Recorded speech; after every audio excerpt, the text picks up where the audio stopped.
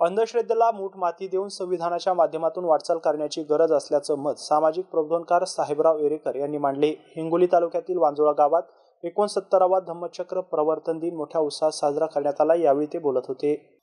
69वा धम्मचक्र प्रवर्तन दिन 14 ऑक्टोबर रोजी वांजोळा येथे साजरा करण्यात आला। यावेळी कार्यक्रमाचे उद्घाटक म्हणून वांजोळा येथील प्रथम नागरिक सरपंच राधाभाई गावंडे आणि सामाजिक कार्यकर्ते मुनीर पठाण, सामाजिक प्रबोधनकार साहेबराव एरेकर, ग्रामपंचायत सदस्य, गावातील प्रतिष्ठित नागरिक यांच्या वतीने तथागत भगवान गौतम बुद्ध, राजर्षी शाहू महाराज, छत्रपती शिवाजी महाराज, महात्मा ज्योतिबा फुले, महात्मा सावित्रीबाई फुले, राष्ट्रमाता जिजाऊ माँसाहेब, भारतीय राज्यघटनेचे शिल्पकार भारतरत्न डॉक्टर बाबासाहेब आंबेडकर, लोकशाही साहित्यरत्न अण्णाभाऊ साठे यांच्या प्रतिमेचे पूजन करून अभिवादन करण्यात आले। सामाजिक कार्यकर्ते मुनीर पठाण यांच्या सहकार्याने या कार्यक्रमाचं आयोजन करण्यात आलं होतं। यावेळी सामाजिक प्रबोधनकार साहेबराव एरेकर यांच्या कार्यक्रमाचं आयोजन करण्यात आलं होतं। आवेश शेख, एमसीएन न्यूज, हिंगोली।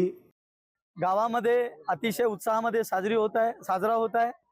त्या अनुषंगाने मला या ठिकाणी बुद्ध फुले शाहू आंबेडकर, छत्रपती शिवाजी महाराज, लोकशाहीर अण्णाभाऊ साठे आणि ज्या महापुरुषांनी तमाम बहुजनांना, तमाम भारतीवासियांना या ठिकाणी जे उद्धारासाठी, उत्थानासाठी अविरत कष्ट करून या देशाला घडवलं, समाजाला, प्रत्येक माणसाला घडवलं आणि सगळ्यांना स्त्री असो पुरुष असो समान अधिकार ज्या डॉक्टर बाबासाहेब आंबेडकरांच्या संविधानामुळे मिळालं, ते या महापुरुषांच्या विचाराचं प्रबोधन आणि त्या प्रबोधनाची आता सध्या काळाची गरज आहे।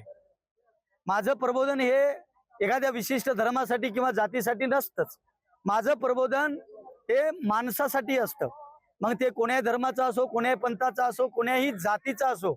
विशेषतः मानव जाती एकमेव जात म्हणजे या देशामध्ये शिल्लक आहे ती मानव जात राहिली पाहिजे। बाकीचा हा जातीचा जो हे आहे। 14 ऑक्टोबर 1956 रोजी डॉक्टर बाबासाहेब आंबेडकर यांनी धम्मदीक्षा दिली, परंतु वेळोवेळी डॉक्टर बाबासाहेब आंबेडकर यांची विटंबना, संविधानाची विटंबना होत चाललेली आहे आणि या आजच्या काळामध्ये कुठेतरी एक चळवळीची गरज होती आणि विशेष म्हणजे जे प्रबोधन या ठिकाणी जे लोप पावत चाललेलं होतं, त्या आज ज्या 69व्या धम्मचक्र परिवर्तन दिनानिमित्त आपण या ठिकाणी हे कार्यक्रमाचं आयोजन मुख्य म्हणजे लोकांमध्ये जनजागृती करण्यासाठी या ठिकाणी केलेलं आहे।